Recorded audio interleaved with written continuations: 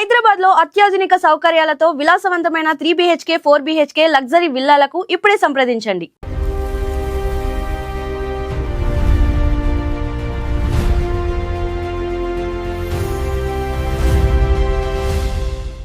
నమస్తే, ధాత్రి టీవీకి స్వాగతం.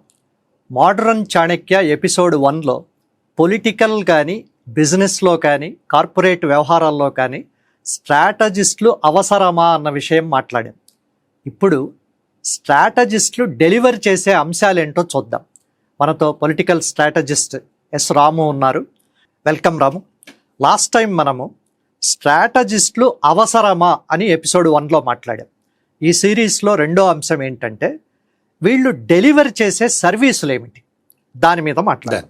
అంటే ఒక బిజినెస్ మ్యాన్కి కానీ, వ్యాపారవేత్తకు కానీ, ఒక కార్పొరేట్ సంస్థకు కానీ వీటన్నిటికీ ఒక వ్యూహాలు ఇచ్చే వ్యక్తిగా ఉంటాడు. ఈయన ఆ ఆర్గనైజేషన్ హెడ్కి ఆత్మబంధువుగా ఉంటాడు. ఆత్మబంధువు అనేది పర్ఫెక్ట్ వర్డ్ అనమాట. ఆత్మబంధువు, విశ్వాసం అనేది, ట్రస్ట్ అనేది చాలా ఇంపార్టెంట్. మ్యూచువల్ రెస్పెక్ట్ కూడా ఉండాలి అని మాట్లాడుకున్నాం మనం. అయితే ఈరోజు ఒక 6 అంశాలు అసలు స్ట్రాటజిస్ట్ డెలివరీ చేసే ఏంటో మనం మాట్లాడుకుందాం. దాంట్లో ఫస్ట్ అండ్ ఫార్మోస్ట్ ఏంటంటే కాన్షియస్ కీపింగ్, అంటే ఒక అంతరాత్మని అట్లానే ఉండేటట్టు చేయడం. ఫర్ ఎగ్జాంపుల్, మహాత్మా గాంధీ చాలా విద్యావంతుడు, చదువుకున్నారు, ఆయన లా ప్రాక్టీస్ చేశారు. ఆయనకు కూడా ఒక కాన్షియస్ కీపర్ ఉన్నారు. చక్రవర్తి రాజగోపాలాచారి గారిని నా కాన్షియస్ కీపరు అని ఆయన చెప్పేవారు, రాజాజీని. ఎందుకంటే ఇప్పుడు ఉన్న పొలిటీషియన్స్ కూడా అట్లా ఒకళ్ళిద్దరు కాన్షియస్ కీపర్స్ ఉంటారు, వాళ్ళే స్ట్రాటజిస్టులు. ఈ కాన్షియస్ కీపింగ్లో ఏం చేస్తారంటే, ఈ వ్యక్తి ఒక ప్రవాహంలో కొట్టుకుపోతున్నప్పుడు దారి తప్పుతున్నాడా, లేకపోతే అదే అనుకున్న గోల్స్ ప్రకారమే వెళ్తున్నాడా లేదా అనేది చూస్తాడు. అది చాలా ఫస్ట్ అండ్ ఫార్మోస్ట్ ఇంపార్టెంట్. వాళ్ళు నిర్దేశించుకున్న సిద్ధాంతాలు, పెట్టుకున్న లక్ష్యాలకు అనుగుణంగా వెళ్తున్నాడా, లేకపోతే మధ్యలో డైవర్షన్స్ తీసుకుని పోతున్నాడా అనేది కాన్షియస్ కీపింగ్. అట్లనే ఎథికల్ వాల్యూస్కి అనుకూలంగానే వెళ్తున్నాడా, లేకపోతే ఎక్కడైనా పోయి బురదగుంట్లో పడే ప్రమాదం ఉందా అని తెలుసుకునే వ్యవస్థ అది. ఇక్కడ నాదొక చిన్న పాయింట్ ఉంది.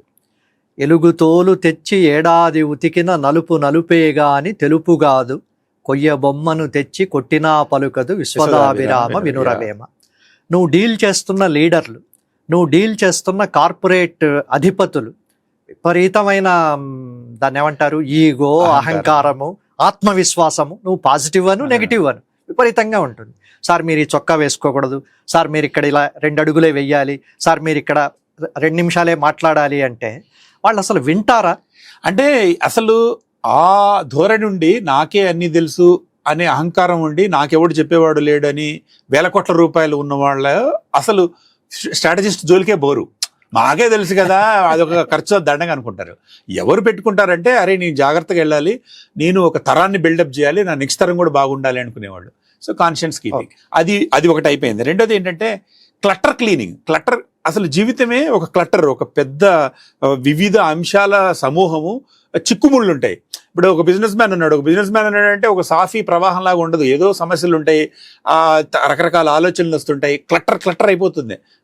అంటే మనసులో వేరియస్ అభిప్రాయాలు ఇట్లా కుమ్ముతుంటాయి. ఇలాంటప్పుడు వీటిని క్లీన్ చేసి చెప్పటం, ఈ ఐడియా ఉంది, ఈ ఐడియాలో ఎండ్ రిజల్ట్ ఇది అని చెప్పడం. క్లటర్ క్లీనింగ్ చాలా ఇంపార్టెంట్.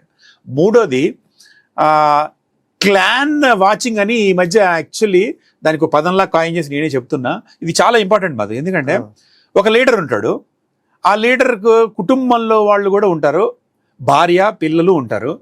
ఈ లీడర్ కోసం స్ట్రాటజిస్ట్గా పనిచేస్తున్న ఆయన నేను ఈ లీడర్ విషయం ఒకటే చూసుకుంటా అంటే కుదరదు.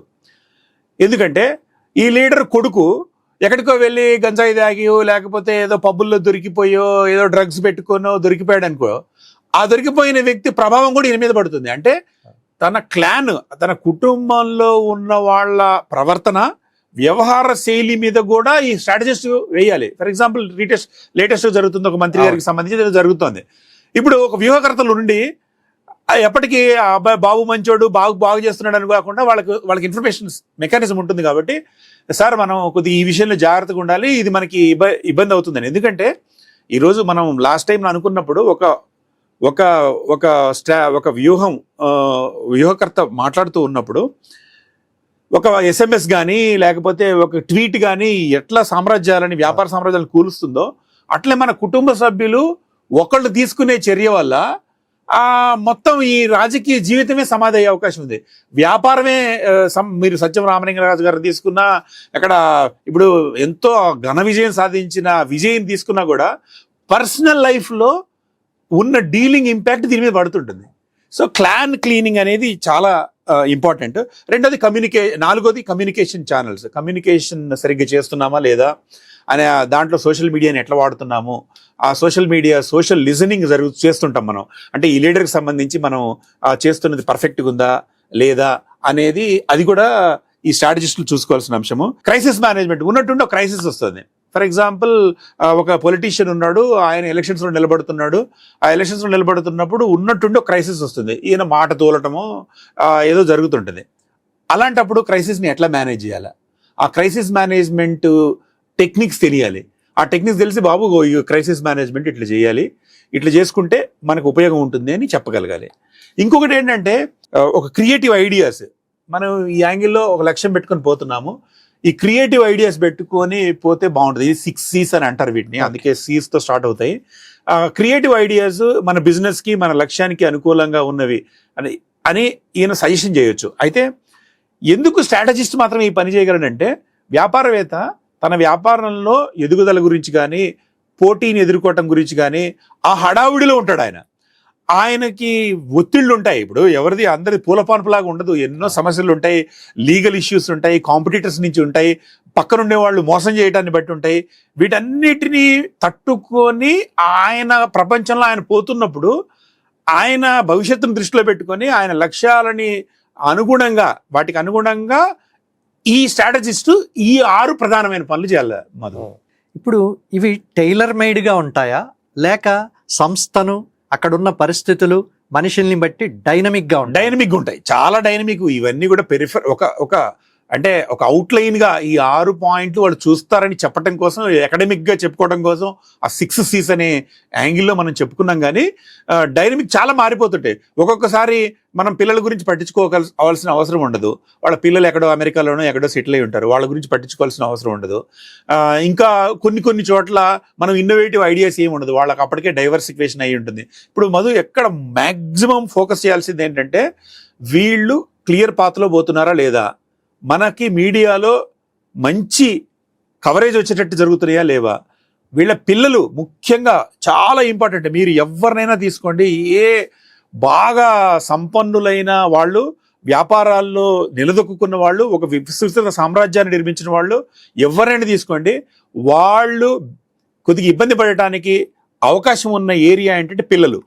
ఎందుకంటే సిల్వర్ స్పూన్తో పుడతారో పిల్లల ఆ పట్ల వీళ్ళకి ఫస్ట్ నుంచి కూడా వీళ్ళు కష్టపడి వచ్చి వాళ్ళకి కొద్దిగా బంగారులాగా పెంచుతారు.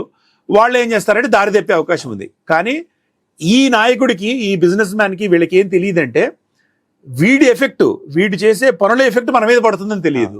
సో క్లాన్ వాచింగ్ అనేది చాలా చాలా ఇంపార్టెంట్గా రూపుదిద్దుకుంటుంది. మనం ముందు అనుకున్నట్టు ఈ స్ట్రాటజిస్టులు యాక్చువల్లీ బోర్డ్స్లో ఉండే డైరెక్టర్స్ కూడా ఇలాంటి రూల్ చేయొచ్చు, కానీ కొన్ని పరిమితులు ఉంటాయి. కాబట్టి ఒక పర్సనల్ ఫ్రెండ్ లాగా, ఆత్మ బంధువులాగా, తన గురించి బాగా తెలిసిన వాళ్ళలాగా, తన భవిష్యత్తు మీద శ్రద్ధ పెట్టేవాడిలాగా, ఒక నిపుణుడిలాగా సహాయం చేస్తూ ఉంటాడు మధు.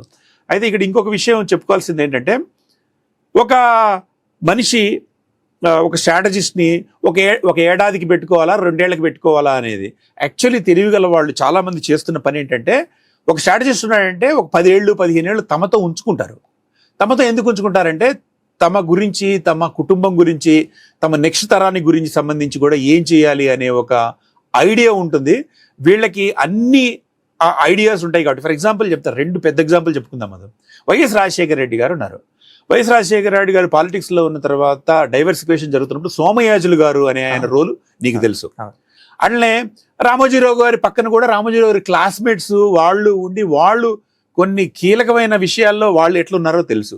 అట్లనే ఇప్పుడు ఫర్ ఎగ్జాంపుల్ కాంగ్రెస్ నాయకుడు రాహుల్ గాంధీ గారు ఉన్నారు. రాహుల్ గాంధీ గారి కుటుంబానికి సంబంధించి వీర విధేయులు చాలా మంది ఉన్నారు. దాంట్లో ఇప్పుడు రాహుల్ గాంధీ గారికి సంబంధించి ఆ కేసీ వేణుగోపాల్ ఆయన ఎటు చెప్పినా అటు, ఇదివరకు సీతారాం కేసరి అట్లా ఉండేవాళ్ళు. అట్లా ప్రతి వ్యవస్థలో కూడా స్ట్రాటజిస్టులు తమని వెన్నంటి ఉండి కంటికి రెప్పలా కాపాడుకుంటూ వెళ్ళే ఒక యంత్రాంగం. ఎన్నో కోట్ల రూపాయల ఖర్చు వీళ్ళ మామూలుగా పెడుతుంటారు. ఈ స్ట్రాటజిస్ట్ అనేవాడు పక్కనంటే ఒక రోజు వచ్చి పక్కనే కూర్చోక్కర్లేదు. ఒక విషయం వచ్చినప్పుడు ఇవన్నీ చూసుకుని నా దగ్గర ఈ సమాచారం ఉంది, ఈ విషయంలో మనం జాగ్రత్తగా ఉండాలి అని చెప్పడానికి ఉపయోగపడుతుంది. అలానే తెలంగాణ రాష్ట్ర సమితికి కేసీఆర్ గారు కూడా ఆరంభం దశలో స్ట్రాటజిస్టుల వల్లనే ఆయన వచ్చారు. ఆయన ఇంకా అడ్వాంటేజ్ ఏంటంటే ఇరిగేషన్కి సంబంధించి ఒక స్ట్రాటజిస్ట్ ఉన్నారు, ఎకడమిక్స్కి సంబంధించి ఒకళ్ళు ఉన్నారు, ఎకానమీకి సంబంధించి ఉన్నారు, కల్చర్కి సంబంధించి ఉన్నారు. అట్లాంటి స్ట్రాటజిస్టుల సమూహం వల్లనే విజయాలు సాధ్యమవుతాయి. మనం మాట్లాడిన దానికి ఉదాహరణగా ఒక సబ్జెక్ట్, లెన్స్కార్ట్ అని ఒక కంపెనీ. ఆ కంపెనీ అధిపతి మా కంపెనీల్లో పనిచేసేవాళ్ళు బొట్టు పెట్టుకోనక్కర్లేదు అని ఏదో ట్విట్టర్లో పెట్టాడు. అంతే, షేర్ మార్కెట్లో ఆ కంపెనీ వాల్యూ పోయింది. దాన్ని పట్టుకుని ఒక పొలిటికల్ పార్టీ అన్ని లెన్స్కార్ట్ షోరూముల ముందు ఉద్యమాలు చేసింది. చివరకు అతను దాన్ని విత్డ్రా చేసుకుని అపాలజీ చెప్పి చేసినా ఇప్పటికీ డ్యామేజ్ కంట్రోల్ కాలే. కార్పొరేట్ వ్యవస్థలో ఇది వరకు కల్చరల్ ఇష్యూస్కు ఇంత ఇంపార్టెన్స్ ఉండేది కాదు. కాబట్టి అసలు కల్చరల్ ఇష్యూస్ని ఎట్లా డీల్ చేయాలి? కల్చరల్ ఇష్యూస్ చాలా చాలా ఇంపార్టెంట్. ఒక లీడర్ ఏం మాట్లాడాలి, రంజాన్ సమయంలో ఎట్లా ప్రవర్తించాలి, లేదు హనుమత్ జయంతికి పోయినప్పుడు ఎట్లా ఉండాలి, ఏం చేయాలి, ఏం మాట్లాడాలి, అక్కడికి పోయి సందర్భ శుద్ధి, చిత్తశుద్ధి, వాక్శుద్ధి ఇవన్నీ ఉండటానికి ఏం చేయాలనేది ఒక అవుట్ సైడర్గా, ఒక నిపుణుడిగా ఈ స్ట్రాటజిస్టులు ఉపయోగపడతారు. నువ్వు చెప్పింది ఫ్యాంటాస్టిక్ ఎగ్జాంపుల్స్. అట్లనే సందర్భ శుద్ధి లేకుండా మాట్లాడిన వాళ్ళు ఇబ్బంది పడుతుంటారు. మీకు ఇంకో ఎగ్జాంపుల్ చెప్తా. ఇప్పుడు మొన్న ది హిందూ హడల్ అనే ఒక ప్రోగ్రాంలో మన సీఎం రేవంత్ రెడ్డి గారు మాట్లాడారు. రేవంత్ రెడ్డి గారు మాట్లాడుతున్నప్పుడు ఆయన హైడ్రా గురించి చెప్తూ, హైడ్రా గురించి ప్రస్తావన చేస్తూ, హైడ్రా లాగా మేము డెమాలిషన్స్ మేము స్పేర్ చేయము అని చెప్తూ అడాల్ఫ్ హిట్లర్ గురించి, నాజీ నియంత గురించి మాట్లాడారు.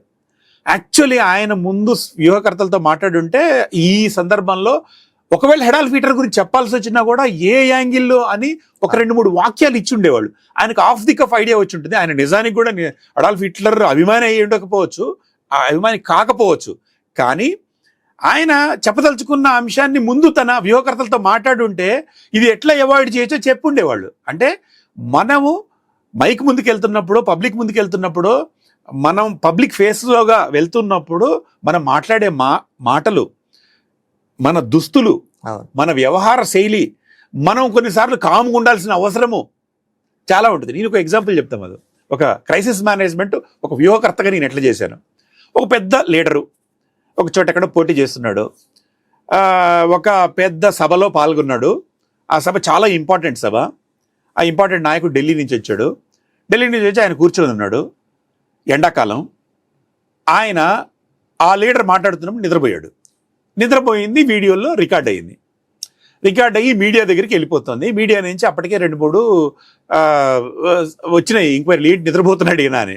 ఆయన ఎలక్షన్స్లో నిలబడ్డ వ్యక్తి ఒక ఢిల్లీ నుంచి వచ్చిన నాయకుడి సమక్షంలో నిద్రపోవటం అనేది ఆయన ఎలక్షన్ ప్రాస్పెక్ట్స్ని దెబ్బతీస్తుంది. సో ఇది క్రైసిస్ వచ్చింది.